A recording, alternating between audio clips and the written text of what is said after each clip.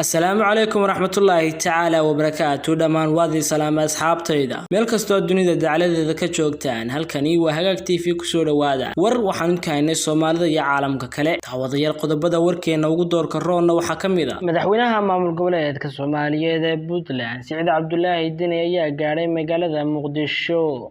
abwaan badal jaamac Allah u naxariistay ayaa maanta lagu aasay Muqdisho xukuumadda Soomaaliland oo caafisay 12 wariye halka ay saddex kalena kula hadhay xabsiga gudoomiye Cabdirasaaq Cumar ayaa biyaamiyay hubiyaashii shalay lagu dhuftay Villa Hargeysa ee magaalada Muqdisho dawladda Qatar oo caawimo soo gaarsiisay Soomaaliland intaasi waa qodobada warkayga ugu door karo nimkii haatan ay soo diyaariyay qodobadaas iyo qodobo kale oo faahfaahsan daawada haddaad ku cusub tahay channelka fadlan subscribe saar oo la wadaaga asxaabtaada si ay kula daawadaan muuqaalka like-na saar si uu meel fog u gaaro muuqaalka aan ku bilaabay sida horudhaca warkayga aad ku maqlayseen madaxweynaha Puntland ahna musharaxa madaxweynaha Soomaaliya Saciid Cabdullaahi Dini ayaa isugu yeedhay xildhibaanada labada aqal ee baarlamaanka federaalka Soomaaliya kaasoo galay Puntland sida ay sheegeen ila wareedyo lagu kalsoon yahay Dini oo maanta soo gaaray magaalada Muqdisho ayaa la sheegay inuu xildhibaanada kala hadli doono doorashada madaxweynaha Soomaaliya iyo habka ay waajahayaan rabitaanka koowaad ee Dini ayaa in xildhibaanada ay codkiisa siiyaan isagoo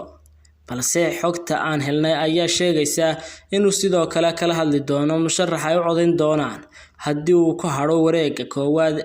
ama kan labaad ee doorashada ayaa soo saartay ilaa 40 xildhibaan wuxuuna sidoo kale isku haleynayay xildhibaanada ka soo galaya Jubbaland ee uu soo saaray saaxiibkiisa Axmed Madoobe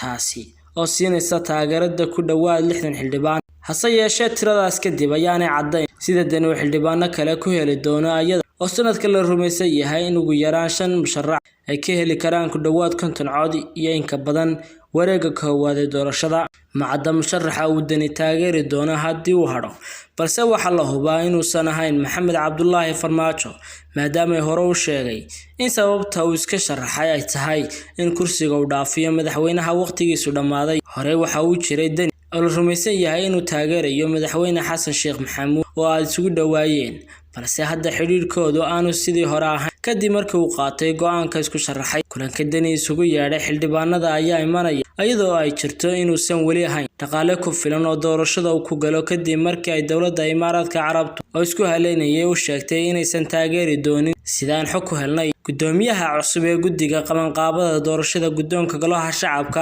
ayaa markii uu horeysay ka hadlay weerarkii hoobiyaal ee shalay lagu qaraacay xarunta baarlamaanka Soomaaliya ee Villa Hargeysa xilli ay ku shirayeen xubnaha labada gole gudoomiye Cabdirasaaq Maxamed ayaa sheegay in hay'adaha amniga ay u sheegeen in hoobiyaasha lagu soo tuuray meel aan ka fogeyn xarunta baarlamaanka ee Villa Hargeysa taasi oo kor u soo qaadaysa tuhunka ku xeeran weerarkaas hoobiyaha kuwa waaweyn aan ahayn ayaa ku soo dhacay baarlamaanka hortiisa waxay hay'adaha amniga noo sheegeen in hoobiyaal ku soo dhacay baarlamaanka laga soo tuuray meel aan ka fogeyn goobta ayuu yiri waxa uu intaasi ku daray hadalkiisa waxa ku dhaawacmay dad shaqaale ka baarlamaanka iyo dad ka shaqeeya amniga oo askar ah waxa kulmiyay labada arrin ayaa ah wax la isweydiiyo weerarkaas waxa uu sababay khasaare u badan dhaawac iyo burbur ka dhashay hoobiyaasha lagu qaraacay xarunta baarlamaanka Soomaaliya kooxda Al-Shabaab ayaa durbo shalay sheegatay mas'uuliyadda weerarkaas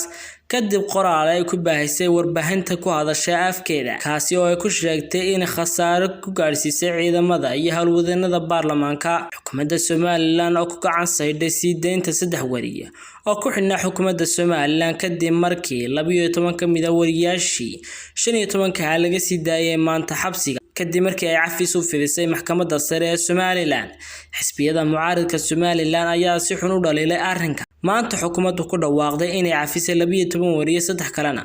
kula hadhay xabsiga waxay xisbiyadu ku canaanteen inaanay sidani ahayn dimuqraadiyad waxay xukuumadda madaxweyne Muuse Biixi Cabdi soo jeediyeen inuu arrinkan wax ka bedelo xisbiga wadani gudoomiyaha murashaxa madaxweyne Cabdiraxmaan Cabdillaahi Ciro ayaa ku dhawaaqay inay xukuumaddu iska yeelayso caburinta wariyeyaasha waxa habeenkii xalay magaalada Muqdisho ee caasimadda dalka Soomaaliya lagu dilay Allah u naxariistay abwaankii weynaa abwaan badal jaamac oo ahaa abwaan dhaliila siyaasadda ra'iisul wasaare Roble taageero weyn oo fidin jiray madaxweynaha muddaxileedkiisu dhamaaday ee Soomaaliya Maxamed Cabdullaahi Farmaajo Allah u naxariistay abwaanka ayaa maanta lagu aasay magaalada Muqdisho abwaan badal jaamac sida la sheegay dilkiisa ka hor waxa uu ka soo baxay baa la abwaan bedel jaamac ayaa dilkiisa looga shakiyay ra'iisul wasaaraha xukuumadda federaalka Soomaaliya kadib markii uu tiriyay tix gabaya oo ku dhaliilayay ra'iisul wasaare Roble. abwaan bedel jaamac ayaa wali la xaqiijin qofka ama cidda rasmiga u dishay abwaanka. geerida abwaanka waxaa tacsi tiiraanya loo diray madaxweynaha Jamhuuriyadda Federaalka Soomaaliya Maxamed Cabdullaahi Farmaajo oo sheegay inuu abwaanku ahaa nabadoon wadani iyo dalkiisa iyo dadkiisa iyo diintiisa jecel. madaxweynuhu waxa uu alle uga bariyay inuu naxariistii janno ka waraabiyo abwaanka ehelkii qaraabadii uu ka baxayna samir iyo iimaan waasic oo eebaweyna ka siiyo. dhammaan bulshada Soomaaliyeed abwaan bedel jaamac ayaa lagu xasuusan doonaa gabayadiisii ama maasooyinkiisii qiimaha badnaa. abwaan bedel jaamac Allah u naxariistay geeridiisa waxay soo aadaysaa xilli khilaaf weyn oo ka dhaxeeyo ra'iisul wasaare Roble iyo madaxweyne Farmaajo. dowladda Qatar ayaa caawimo keentay magaalada Hargeysa waxaana ka hadashay gubashadii suuq weynaa ee Waaheen iyadoo sheegtay in Somaliland ay ka caawinayso doorashooyinka dhaqaalaha ciidamada hubabka kala duwan ee laga isticmaalo caalamka.